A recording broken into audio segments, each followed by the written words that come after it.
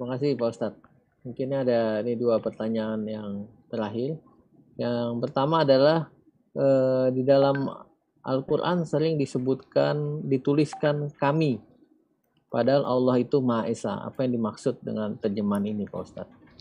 Kemudian yang kedua adalah dalam beberapa ayat yang dikatakan bahwa ayat ini berlaku sebelum perintah memerangi kaum kafir.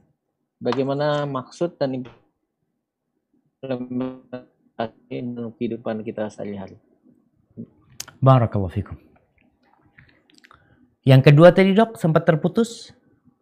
Yang kedua, dalam beberapa ayat dikatakan bahwa ayat ini berlaku sebelum perintah memerangi kaum kafir. Ya. Bagaimana maksud dan implementasinya? Barakallahu fikum. Naam jamaah, berkaitan dengan kami dalam Al-Quran Karim, ada dua makna kami. Yang pertama, ya ana pun kadangkala mengatakan ya kami yang berbicara di sini, kami padahal ana sendirian. Jadi kami itu bisa bentuk at-ta'zim sebagai pengagungan, kalimat pengagungan. Dan bisa jadi kami itu juga Allah menyebutkan bahwasanya hal itu di mana Allah menurunkannya melewatin malaikatnya. Jadi ada perantara yang lainnya dalam proses kami tadi. Dalam proses penciptaan umpamanya sesuatu ya. Itu terjadi dalam Al-Quran Karim seperti itu. Seperti Allah menurunkan air hujan. Kita tahu Allah memerintahkan kepada Mikail ya.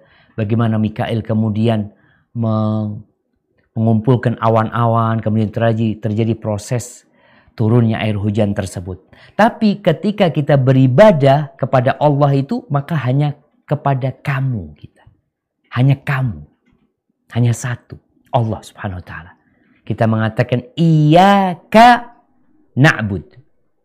Wa iyyaka nasta'in. Kita mengatakan itu. Hanya kepadamu. Ketika dari makhluk kepada Allah subhanahu wa ta'ala, hanya Allah Esa. Tapi ketika Allah menurunkan atau apa, itu di sana ada proses yang memang Allah Azza wa Jalla menjadikan penciptaan beberapa hal itu melalui perantara. Ada yang seperti itu. Ada yang Allah menciptakan secara langsung seperti Nabi Adam alaihissalam menciptakan dari tanah sebagaimana disebutkan dalam Al-Qur'an Al-Karim. Hadza wallahu a'lam bishawab. Adapun yang berkaitan dengan ayat-ayat yang ada ayat-ayat yang sebelum perintah untuk berperang. Iya. Memang ada ayat-ayat perintah bersabar ya, bagaimana menghadapi orang-orang musyrikin, di mana ketika berada di kota Mekah belum diizinkan untuk menghadapi orang-orang, untuk memerangi orang-orang musyrikin. Bagaimana kita tahu sebagian sahabat dibunuh? Apakah ada yang bergerak sahabat untuk menghadapi pembunuhnya Sumayyah? Enggak. Jadi ada ayat-ayat yang memang turun sebelum perintah untuk memerangi. Tatkala turun ayat perintah memerangi, ya nggak didiamkan orang-orang kafir melakukan kezaliman.